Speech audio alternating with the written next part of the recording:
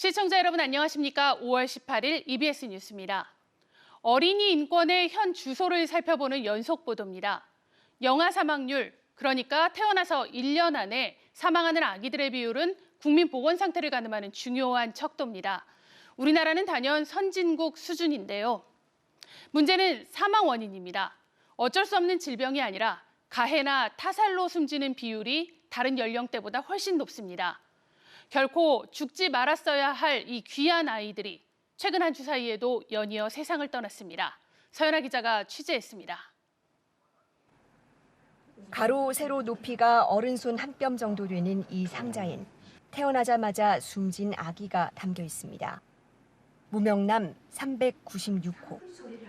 끝내 이름조차 가져보지 못한 채 숫자로만 세상에 흔적을 남겼습니다. 여기가 한 이 정도 높이면 애기 엄마가 이렇게 집어넣기 힘들었을 거예요.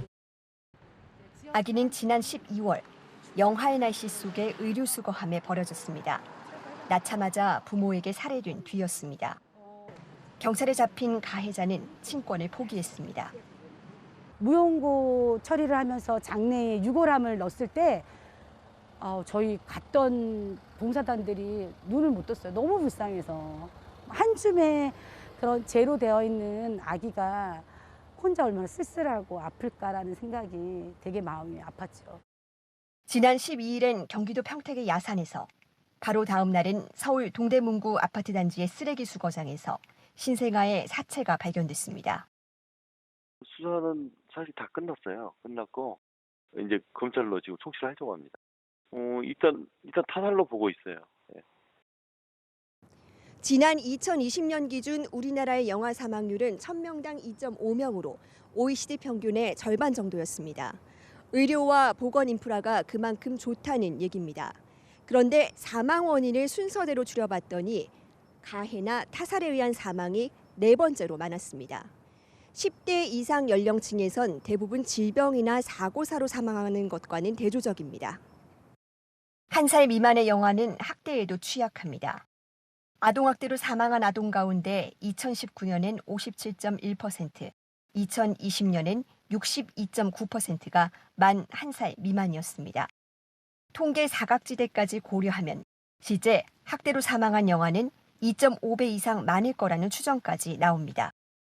영아 같은 경우에는 취약 연령의 아동하고 다르게 어린이집이나 학교에서 발견되는 게 쉽지 않다 보니까 이게 신고도 문제이지만 신고에 이르기 전에 중상해라든지 심하면 사망에 이르는 결과에 도달해야지 아동학대로 발견되는 경우들이 많습니다. 영아 사망의 원인이 타살인 경우 가해자는 대부분 부모입니다. 그러나 10년 이상의 형을 내리는 살인죄는 거의 인정되지 않고 4에서 7년에 이르는 아동학대치사의 기본 형량에도 못 미치는 경우가 많습니다.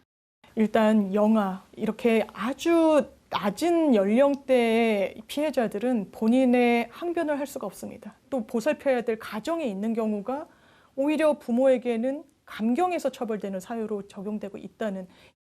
전문가들은 신고 중심의 기존 안전망으로는 영아 살해와 학대에 대처할 수 없다고 말합니다. 가정을 직접 찾아 아동 상태를 확인하고 양육자도 지원하는 체계가 보편적으로 마련돼야 한다는 겁니다.